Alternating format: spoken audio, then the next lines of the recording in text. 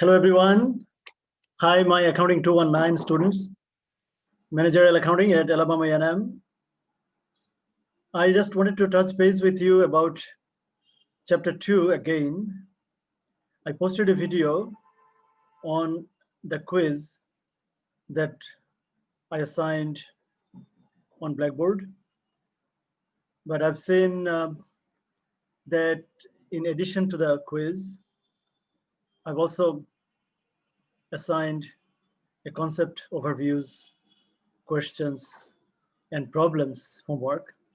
And I've noticed that not many of you have not only not completed it, but haven't even started. So I thought I could do a couple of things. One of the things I did was to extend the due date. The due date is now extended by another week. So it is now not due until the 17th of October. And this video is going to go over some of the questions. And I'd like to help you with actually solving those problems. So let's take a deep breath and not stress about it. Just relax and think about a job. So I gave you examples of different organizations, but one of the ones I gave quite frequently was that of a collision repair store, collision repair shop. So if you take your vehicle to a collision repair shop, they give you an estimate, and their estimate, you'll see that they put material and labor, and sometimes overhead separately, but in many cases, their labor cost includes overhead. So that's what happens in any job costing. You can see these are the three cost elements of job costing: simple, material, labor, and manufacturing overhead. Now, material and labor are easy to calculate, easily observable. Overhead is not as easy to observe. So it's lack of observability, I would say. Lack of concreteness makes it a challenge for cost accountants or any business person who is preparing a bid or a quote or trying to estimate the cost of a job in order to price it. Well, so the whole chapter, I think, spends more than half its time on different mechanics of calculating and assigning overhead.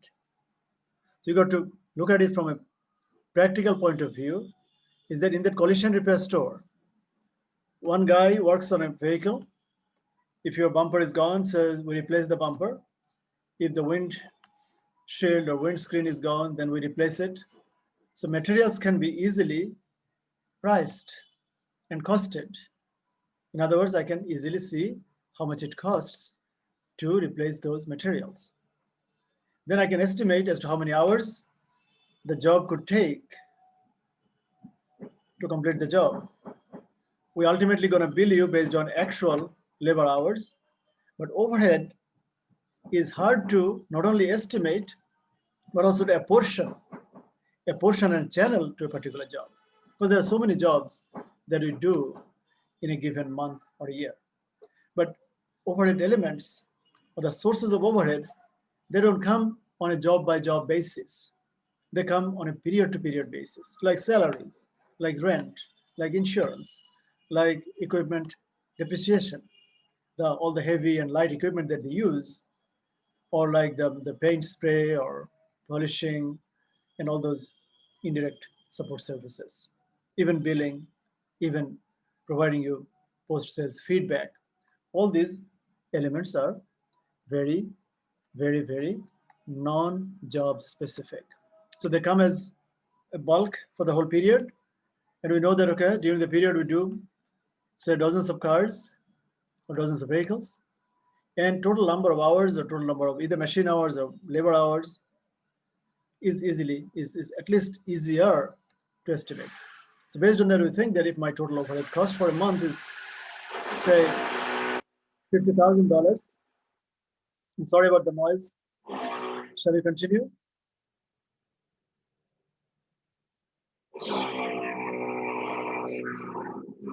I think I'll pause for a minute, as you can't hear. So if we spend or plan to spend $50,000 during the month, and if we plan to work, say, 1,000 hours on all the vehicles together, 1,000 hours, so $50 is our estimated overhead. If I can collect $50 for every hour assigned to a particular vehicle, then I'd be fine. If I work more than 1,000 hours, say 1,100 hours, 1,200 hours, I'd still be collecting $50 from each, because the rate is established at the beginning. It's like checking tickets at the gate. The ticket prices are already pre-established, so you don't know how many people are going to enter. So you're going to charge them $5 each for every entry. Now your estimate could have been $300. Let's say a concert or a dance floor, or sometimes bars where they restrict entry, or community halls, or anywhere, gyms. So you start charging $5 from the very first person. When the first person enters, you don't know if there will be a second person or a third person, but you priced on the estimate, on the basis of an estimate of 1,000 hours. That's why it's very important to predetermine it. You cannot post-determine overhead, because by the time all the jobs would have been completed, and people aren't going to wait for you to let them know the price after the job is done, and you don't want that to happen. Your customers wouldn't want that to happen, because every customer is going to complain that, oh, I thought it's going to cost only $30 an hour. Now you're asking me for $48 an hour. Whatever you charge, if you don't mention it at the beginning, if you don't negotiate it before undertaking the job, before even starting the job, then you would be in trouble. So we need to inform, we need to communicate to our clients, to our customers, that look, this is our hourly rate, hourly wage rate. And these are the number of hours, these many hours we think your job is going to take. So if they like it, they give you the job and you charge them accordingly. All right. Most shopkeepers are conservative. But remember, by conservative, I mean that they would like to charge more than less.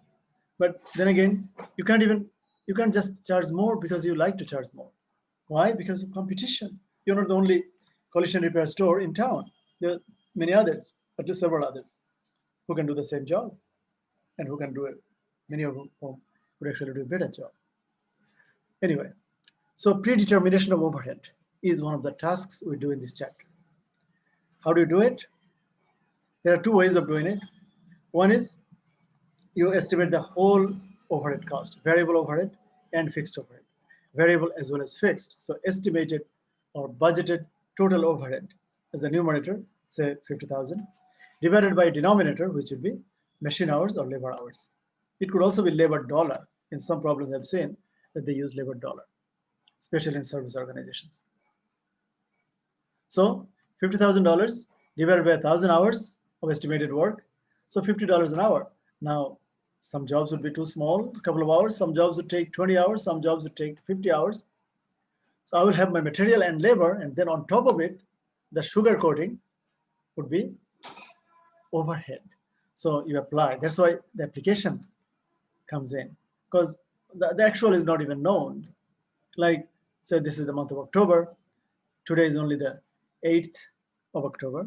So by on the 8th of October, how do I know how much my total gas bill is going to be? But I know that for every hour my labor work, my total overhead, all the support services, all the facilities, all the equipment, all the non-tangible material labor, beyond material labor, all the other expenses together is about $50 an hour. It's an estimate after all. So what? The actual is slightly more or less. I'm not going to be out of business for missing, say, the margin on one or two jobs. We'll be learning a better pricing strategy next month. So even if you get it wrong, it's better to have an estimate than to wait until the actual transpires. All right. So we are going to now apply that rate on every job that we have in hand, or every job that we either bidding or completing. Now this assignment on this homework, there are questions, 18 questions, and many of them are actually in the quiz as well that I posted the video on yesterday. So I saw the general theme was adding up all the elements of cost. So material is given for most of the questions, labor is given, then application of an applied overhead. So if you add the applied manufacturing overhead, then you get the total cost of the job. So that's the formula: material, labor, and overhead. Three things. Now, how do I know this overhead? This is not going to be given. So I said, total cost, once you know the total cost assigned, then some jobs are not going to be, not all jobs are going to be like collision repair where one vehicle comes. Some jobs will involve, say, embossing on 20 t-shirts. So some jobs will have 20 units, 40 units, will have a number of units within the job. So then if you know the total cost assigned to the job, you divide it by the number of units, then you get the unit cost. All right, so some problems asked you about unit costs, other problems ask you about the total job cost. Okay, now predetermined overhead rate. How do we pre-calculate it? Predetermine it, POHR is what we call it, predetermined overhead rate. So this is equal to budgeted total overhead divided by denominator or allocation base. Allocation base is machine hours or labor hours or labor dollar. So two ways, either you do it that way, have the total budgeted estimated overhead divided by your denominator, or you do it this way. This is the alternative, or an alternative way, is that you have the variable and fixed are distinguished, then you have the variable rate and keep it as is. You don't need to gross it up, meaning you don't need to multiply it by number of hours and then have it a bigger dollar amount. So leave the hourly rate as is, and then find out the hourly rate for the fixed component. Fixed doesn't come as an hourly basis, it comes as lump sum, but you can unitize it if you divide the fixed overhead by number of hours or number of machine hours or labor hours or whatever denominator you're using, then you'll have a fixed rate. Let's say fixed overhead is $30,000 and we'll be working for 1,000 hours. So hourly rate is $30. So if my variable rate was $20, fixed rate is $30, then my total overhead rate is going to be $50. So that's how you calculate a predetermined overhead rate for the organization as a whole. It's done for the department, at least for the department as a whole, where many jobs are carried out. Now, some questions I saw have multiple departmental overhead rates. So they say we have multiple predetermined rates. Multiple predetermined rates means that the job goes through several departments and each department has its unique overhead charge. One department could have a $20 per hour rate, another department could have $10 per hour rate. One department could use machine hours as its denominator, as its driver. Another could use labor hour as its driver. So whatever they do, why should it be a big problem for us? We know the material contributed or material assigned or material pushed into the job, be it in one department or multiple departments. Just add all the materials or do it on a department basis. So let's start with department A. You have put $10 of material, put it in. You put $60 of labor, put it in. And you put 5 hours of work, 5 hours at the rate of $12 was your wage bill, $60. Then 5 hours of labor. And if you know your overhead rate, multiply that rate by 5, you get the total. If you do not have your rate, then calculate it. You can calculate it. Whether there is variable and fixed or there is total, doesn't matter. If variable and fixed are separately given, then leave the variable as is, variable rate.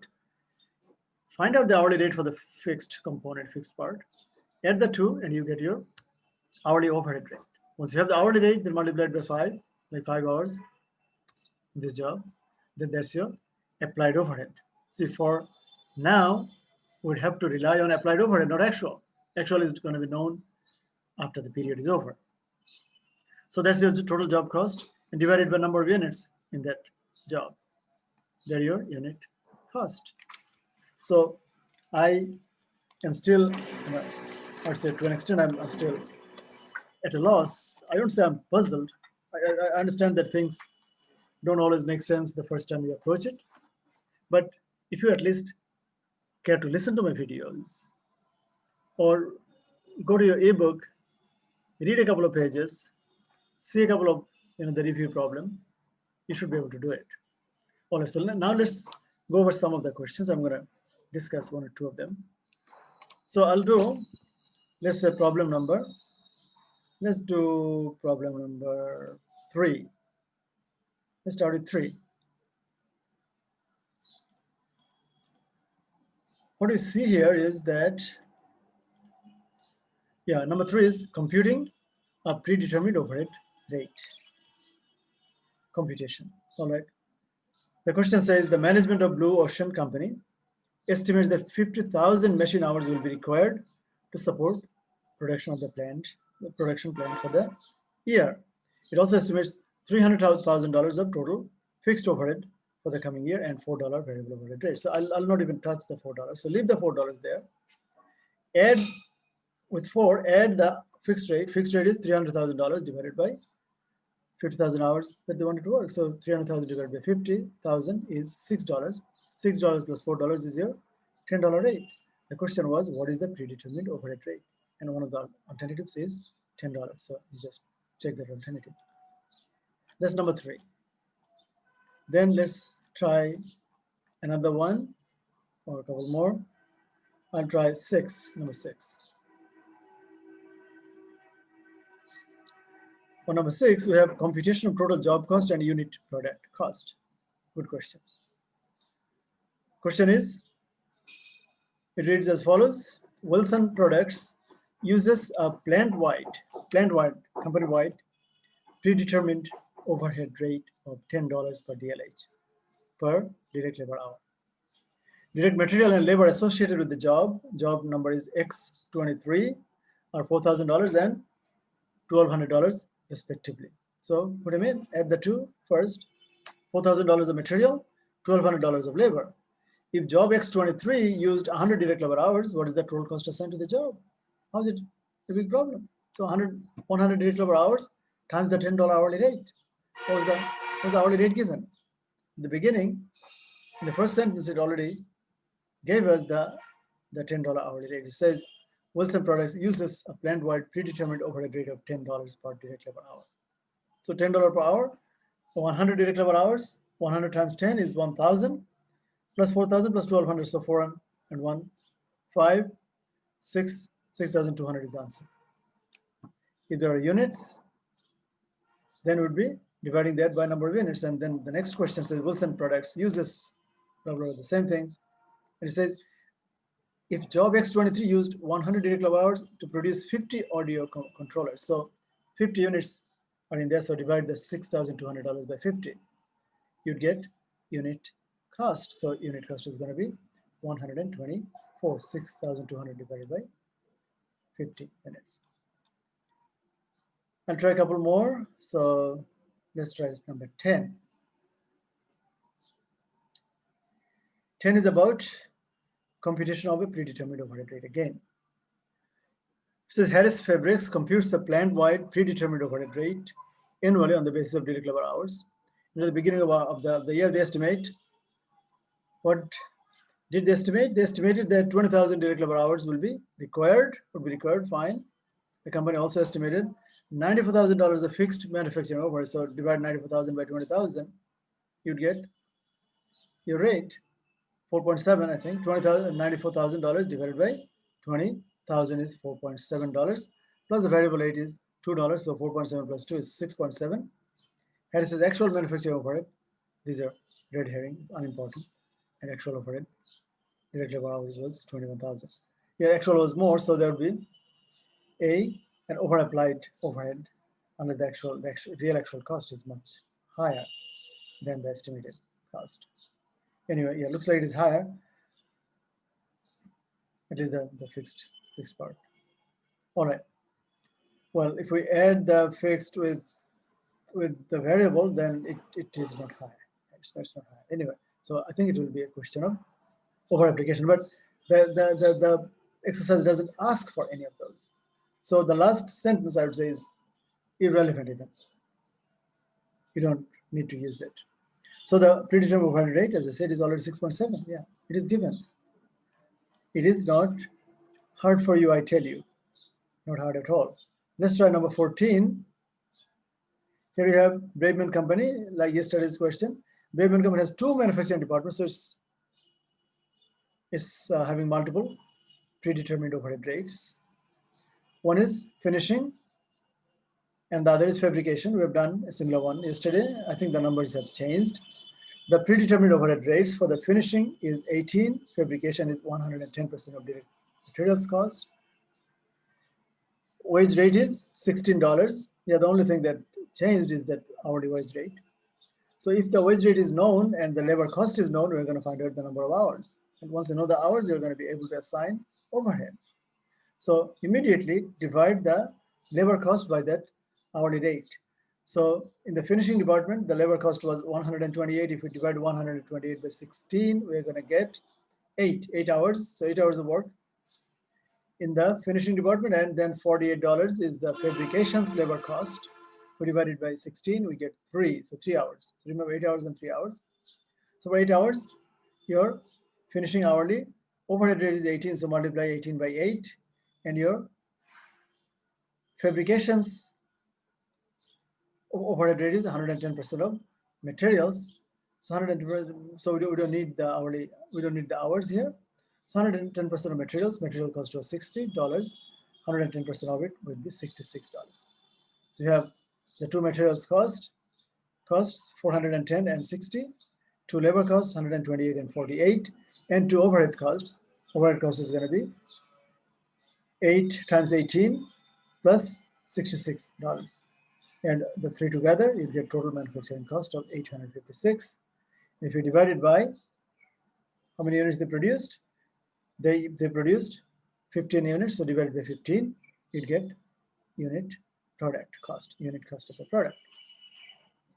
So this is how you should be able to approach it. So let's look at the last one, number 18. After that, I'll let you go.